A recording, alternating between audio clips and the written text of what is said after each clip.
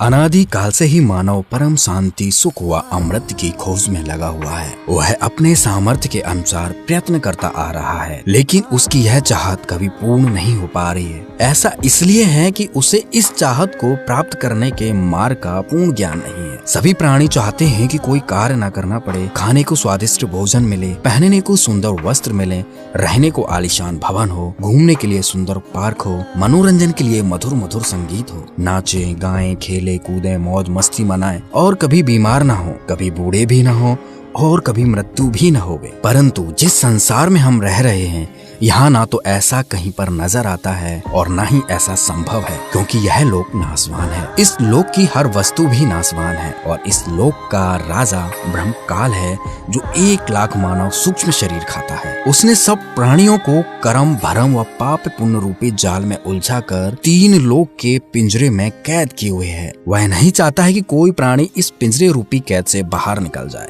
वह यह भी नहीं चाहता कि जीव आत्मा को अपने निज घर सतलोक का पता चले। इसलिए वह अपनी माया से हर जीव को भ्रमित किए है। फिर मानव को यह चाहत कहाँ से उत्पन्न हुई? यहाँ ऐसा कुछ भी नहीं है। यहाँ हम सबने मरना है, सब दुखी व अशांत हैं। जिस स्थिति को हम यहाँ प्राप्त करना चाहते हैं, ऐसी स्थिति में हम अपने निज घर सतलोक में रहते थे। काल ब्रह्म के लोक में अपनी स्व इच्छा से आकर हम फंस गए और अपने निज घर का रास्ता भूल गए। इस काल ब्रह्म के लोक में शांति व सुख का नामो निशान भी नहीं है। अपनी माया से उत्पन्न काम, क्रोध, मोह, लोभ, अहंकार, राग, द्वेष, हर्ष, शोक, लाभ, हानि, मान बढ़ाई रूपी अवगुण हर जीव को परेशान किए है। यहाँ एक जीव दूसरे जीव को मार कर खा जाता है, शोषण करता है, इज्जत लूट लेता है, धन लूट लेता है, शांति छीन लेता है। यहाँ पर चारों तरफ आग लगी है। यदि आप शांति से रहना चाहोगे तो दूसरे आपको नहीं रहने देंगे। आपके ना चाहते हुए भी चोर चोरी कर ले जाता है,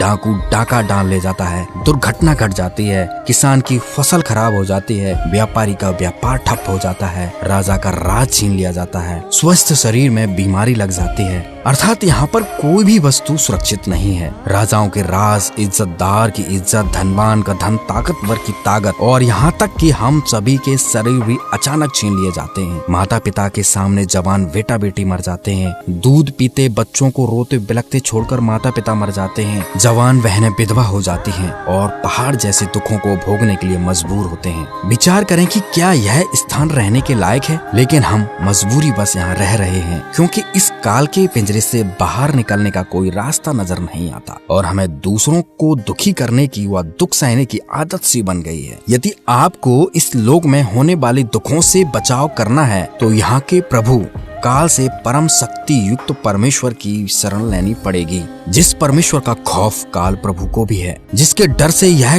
कष्ट उस जीव को नहीं दे सकता। जो पूर्ण परमात्मा अर्थात सतपुरुष की शरण पूर्ण संत के बताए मार्ग से ग्रहण करता है, वह जब तक संसार में भक्ति करता रहेगा उसको ये कष्ट आजीवन नहीं होते। गरीबदास जी महाराज ने अपनी वाणी में लिखा है कि जहाँ शंखों लहर महर की उपजे, कहर नहीं जहाँ कोई, दास गरीब अचल अवनासी, सुख का सागर सोई। सतलोक में केवल एक रस परम शांति व सुख है। जब तक हम सतलोक में नहीं जाएंगे तब तक हम परम शांति, सुख व अमृत को प्राप्त नहीं कर सकते। सतलोक में जाना तभी संभव है जब हम पूर्ण संत से उपदेश लेकर पूर्ण परमात्मा की आजीवन भक्ति करते रहेंगे। वर्तमान में जितने भी धर्मगुरु हैं सभी परमात्मा को निराकार बताते हैं। उन्हें सतलोक के बारे में कोई जानकारी नहीं है और जिन नकली पंथों ने कबीर परमात्मा की वाणी सुनी, उन वाणी से सतलोक सुना, उन्होंने भी जनता को भ्रमित कर रखा है। ये नकली गुरु कहते हैं सतलोक में प्रकाश ही प्रकाश है, आत्मा परमात्मा में ऐसे मिल जाती है जैसे बूंद समुद्र में। अब विचार करें, परमात्मा पाना है और परमात्मा दिखाई नहीं देता, फिर साधना किस चीज की बता रहे हैं? इससे साफ पता चलता है कि इन्हें जनता के कल्याण से कोई लेना देना नहीं है, अपने रोजी रोटी की चिंता है। जबकि हमारे धर्म ग्रंथ में सैकड़ों प्रमाण है कि पूर्ण परमात्मा सशरीर है, उनका नाम कबीर है,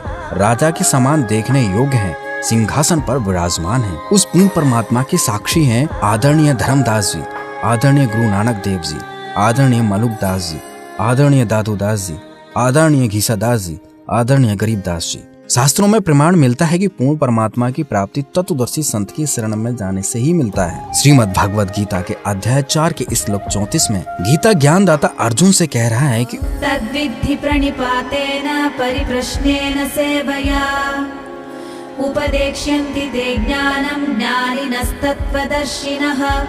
उस तत्व ज्ञान अर्थात पूर्ण परमात्मा परम अक्षर ब्रह्म की जानकारी तत्वदर्शी संत के पास जाकर समझ, उसको भली भांति दंडोतम प्रणाम करने से, सेवा करने से और कपट छोड़कर सरलता पूर्वक प्रश्न करने से परमात्म तत्व को भली भांत जानने वाले महात्मा तुझे उस ज्ञान का उपदेश करेंगे।